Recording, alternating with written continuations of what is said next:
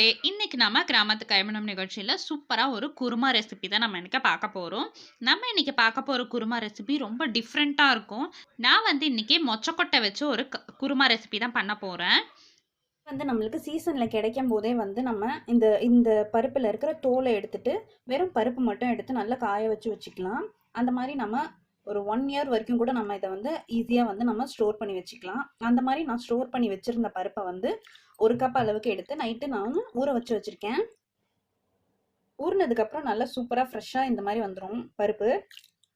இப்ப வாங்க இந்த குருமா எப்படி செய்றதுன்னு பார்க்கலாம். குருமாக்கு ஒரு மசாலா பேஸ்ட் அரைக்க போறோம். அதுக்காக நான் ஒரு பேன் வச்சிருக்கேன். பேன் நல்லா சூடாகட்டும். பேன் நல்லா சூடாயிருச்சு. இப்போ அதில் ஒரு 2 ஸ்பூன் அளவுக்கு எண்ணெய் சேர்த்துக்கலாம்.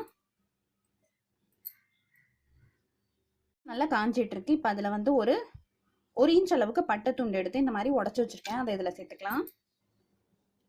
2 ஏலக்காய் எடுத்து வச்சிருக்கேன். அதையும் இதில் சேர்த்துடலாம். 4-5 கிராம்பு துண்டு எடுத்திருக்கேன். அதையும் சேர்த்துடலாம். இதெல்லாம் நல்லா பொரியட்டும். இப்போ நம்ம மசாலா ஐட்டம்ஸ்லாம் நல்லா பொரிய ஆரம்பிச்சிருச்சு. இப்போ இந்த ஸ்டேஜில் நான் இன்னைக்கு சின்ன வெங்காயம் எடுத்திருக்கேன். 1 கப் அளவுக்கு சின்ன வெங்காயம் எடுத்திருக்கேன். இந்த கப்பில் அதை இதில் சேர்த்துக்கலாம்.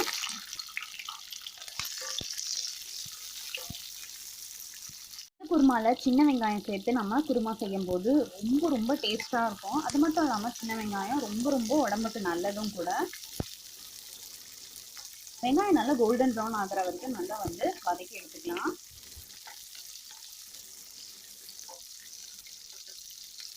இப்போ வெங்காயம் நல்லா வதங்கிட்டு இருக்க நேரத்திலேயே நான் இதில் ஒரு 4-5 பச்சை மிளகாவை சேர்த்துறேன்.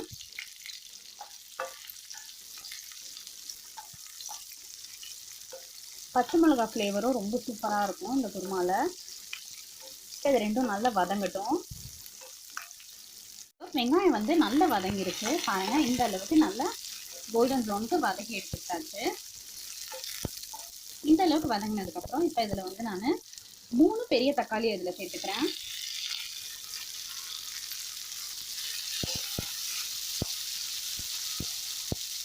நல்லா சாஃப்டாகிற அளவுக்கு நல்லா வதக்கி எடுத்துக்கலாம். நம்மளுக்கு நல்ல கிரேவியாக கிடைக்கும். இந்த மாதிரி நல்லா வதக்கி செய்யும்போது குருமாக்கு நல்ல ஒரு டேஸ்ட்டும் கொடுக்கும். தக்காளி நல்லா வதங்கிட்டு இருக்க நேரத்தில் இப்போ இதில் ஒரு 7-8 முந்திரி நான் இதில் சேர்த்துக்கிறேன். நல்ல ஒரு ரிச் ஃப்ளேவர் கொடுக்கும். அதுக்காக தான் இதை சேர்க்குறேன். அப்படி இல்லைன்னா நம்ம இதில் கசகசா கூட நம்ம சேர்த்துக்கலாம். அதுவும் நல்ல ஒரு டேஸ்ட்டும் ஃப்ளேவரும் கொடுக்கும்.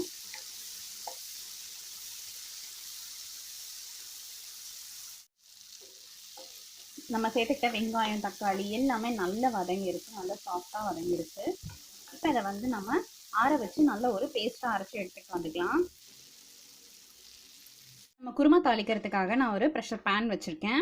நம்ம இன்றைக்கி ப்ரெஷர் பேனில் தான் குருமா தாளிக்க போகிறோம். இப்போ நல்லா சூடாகட்டும். நல்லா சூடாயிருச்சு. இப்போ இதில் நான் 4 ஸ்பூன் அளவுக்கு எண்ணெய் சேர்த்துக்கிறேன். எண்ணெய் நல்லா காயட்டும். காஞ்சிருச்சு. இப்போ அதில் 1 ஸ்பூன் சோம்பு சேர்த்துக்கலாம். அது கூடவே ஒரு 3 பிரிஞ்சி இலையை இதில் சேர்த்துக்கலாம். எல்லாம் நல்லா பொரியட்டும். இப்போ இது எல்லாமே நல்லா பொரிஞ்சிருச்சு. இப்போ அதில் நான் ஒரு 2 இது கருவேப்பிலை சேர்த்துக்கிறேன். கருவேப்பிலை நல்லா பொரியட்டும். இப்போ இதில் நான் 1 டேபிள் ஸ்பூன் இஞ்சி பூண்டு பேஸ்ட் சேர்த்துக்கிறேன்.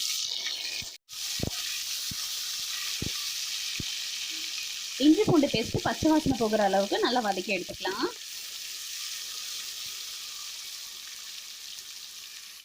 பச்சை வாசனை எல்லாம் போயிருச்சு. இப்போ இதில் நம்ம ஊற வச்சு எடுத்து வச்சுருக்க பருப்பை சேர்த்துக்கலாம்.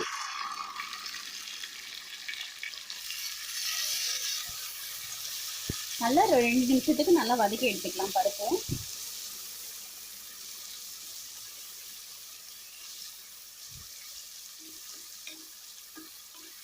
பருப்பு வதக்கும் போதே நல்ல கமகமன் வாசனையா இருக்கு.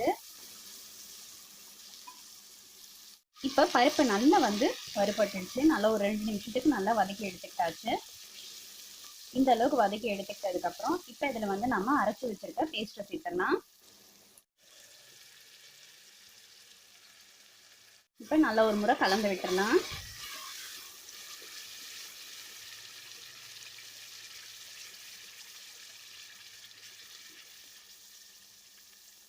வந்து நம்ம ஒரு 1/4 ஸ்பூன் மஞ்சள் தூள் சேர்த்துக்கலாம்.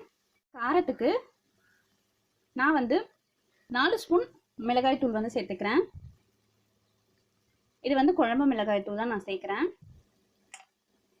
இதை வந்து நல்லா இன்னொரு முறை கலந்து விட்டுறலாம்.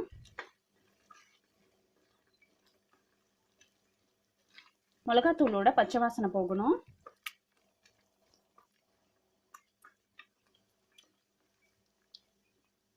இதை வந்து நல்லா கலந்து விட்டுக்கிட்டாச்சு. இப்போ இதுக்கு தேவையான அளவுக்கு உப்பு சேர்த்துடலாம். நல்லா இன்னொரு முறை மிக்ஸ் பண்ணி விட்டுறலாம்.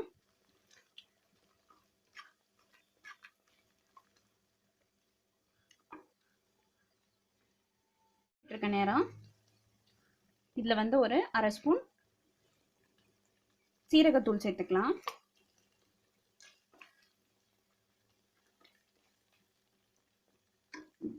ஒரு 1/2 ஸ்பூன் கரம் மசாலாவும் சேர்த்துக்கலாம். இதையும் சேர்த்து நல்லா கலந்து விட்டுறலாம். ஒரு 2 நிமிஷத்துக்கு இது வந்து நல்லா கொதிக்கட்டும்.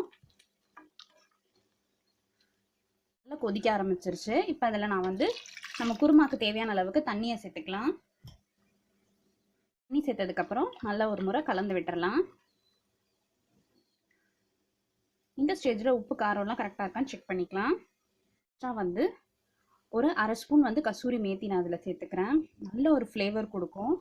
அதுக்காக தான் நான் இதில் கசூரி மேத்தி சேர்க்குறேன். இது எல்லாம் சேர்த்தாச்சு. இப்போ இதை ஒரு முறை நல்லா கலந்து விட்டுட்டு இப்போ இதை மூடி போட்டு ஒரு விசில் அளவுக்கு கொடுத்து நம்ம ரெடி பண்ணி வேக வச்சு எடுக்கலாம். வெந்ததுக்கப்புறம் எப்படி இருக்குன்னு பார்க்கலாம். நல்லா கலந்து விட்டுக்கிட்டாச்சு. இப்போ இதை குக்கர் மூடி ஒரு விசில்ல இருந்து 2 விசில் அளவுக்கு கொடுத்து நல்லா வேக வச்சு எடுத்துக்கலாம். நம்ம பருப்பு குருமாலாம் நல்லா கொதிச்சு வெந்ததுக்கப்புறம் எப்படி இருக்குன்னு பார்க்கலாம். ஸ்டீம் ஃபுல்லாக அடங்கிருச்சு. இப்போ ஓப்பன் பண்ணி பார்க்கலாம்.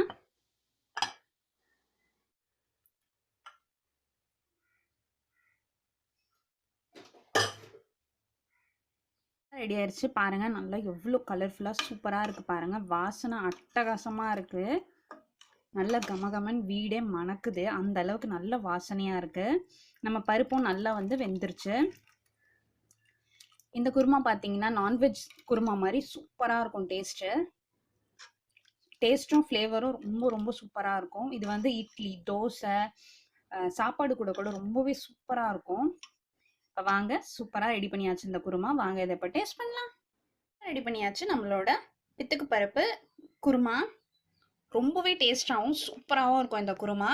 நான்வெஜ் குருமா மாதிரி ரொம்ப ரொம்ப சூப்பராக ஃப்ளேவர்ஃபுல்லாக செம்மையாக இருக்கும். நான் சொன்ன மாதிரி இது வந்து இட்லி தோசை எல்லாத்துக்கூடயும் நல்ல ஒரு காம்பினேஷனாக இருக்கும். இந்த ரெசிபி உங்களுக்கு ரொம்ப பிடிச்சிருந்துருக்கும்னு நினைக்கிறேன். பிடிச்சிருந்தா லைக் பண்ணுங்கள், ஷேர் பண்ணுங்கள், சப்ஸ்கிரைப் பண்ணுங்கள், பக்கத்தில் இருக்க பெல் பட்டனையும் கிளிக் பண்ணுங்கள்.